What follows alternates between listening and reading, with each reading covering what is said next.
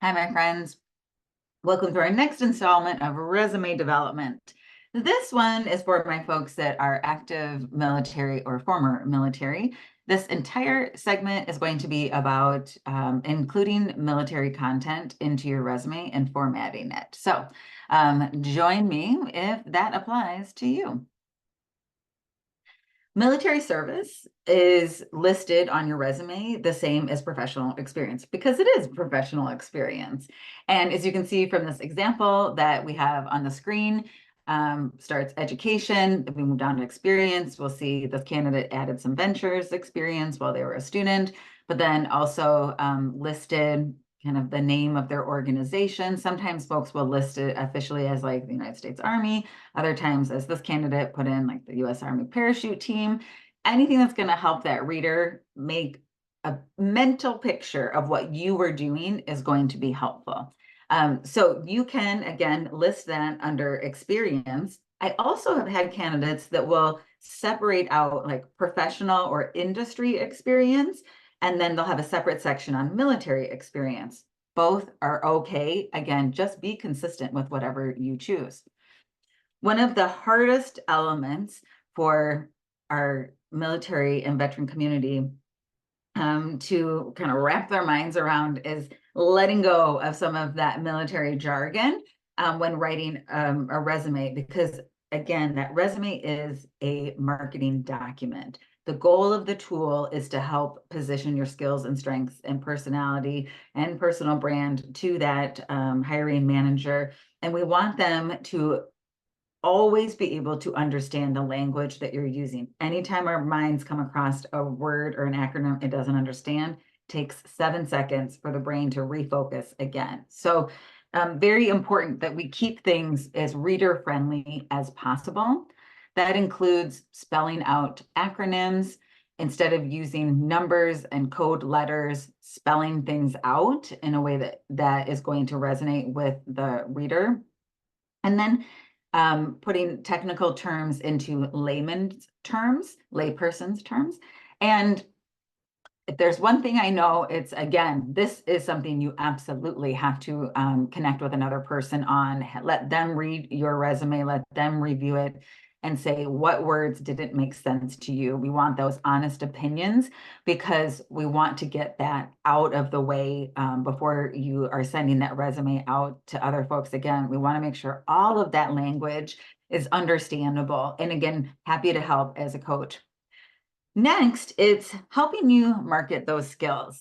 It can be very daunting when you are trying to translate your military experience to industry experience or something that will make sense to the business world or to the next space you're looking to go to. And so we go right back to basics, thinking about, oh, not like the basic training you went to, but we go back to the core elements of what are some of those experiences, knowledge bases, and skills that you were developing in the military. This is a list of ones that my students have generated for me. Here are the things that they are often learning how to do, getting lots of experience in organizing and leading and motivating and improvising and adapting.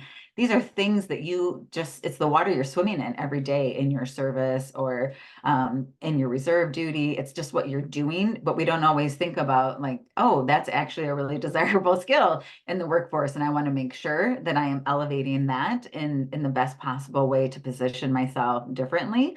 And so as you are reflecting on the work that you did, looking at this list, what are a couple of things that might make sense for you to include in terms of demonstrating leadership, decision making, planning, doing training exercises, and then also going back to the best practices of quantifying your results and that impact.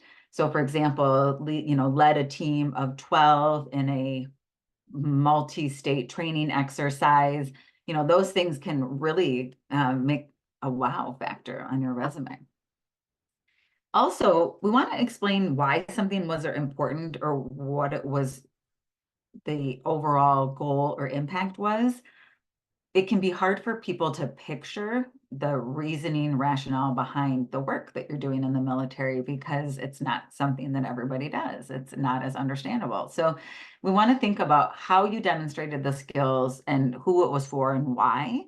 And so, for example, this bullet point towards the top, train 20 plus soldiers in first aid techniques, which facilitated deployment readiness for the unit. Okay, so it's like, why were you training these people in first aid? So that they could be ready to deploy. Okay, I can picture that and understand that as a layperson. Thinking about critical thinking skills and how you applied those in a crisis situation.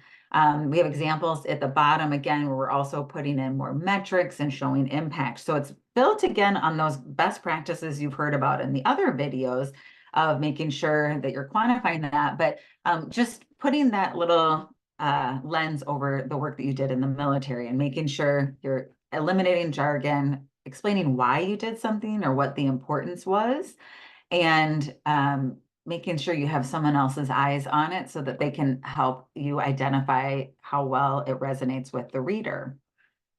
Finally, you go through a lot of educational experiences while you're in the military as well, and you absolutely can list those on your resume. Leadership training, extra skills courses, especially if you're a little earlier in your career and you have some space on that resume, feel free to put in a section on your resume or to list it under some of the different roles, especially if you were, invited to participate in a program that was something that was not a thing everybody else got to be part of, but that was more for leaders or for exceptional talent. Feel free to add that in there should you have the space on your resume. If you don't have the space, again, you can always put it on your LinkedIn. So we are really excited to work with our military candidates. The work you do is fascinating, it's interesting, it's very transferable to the business space.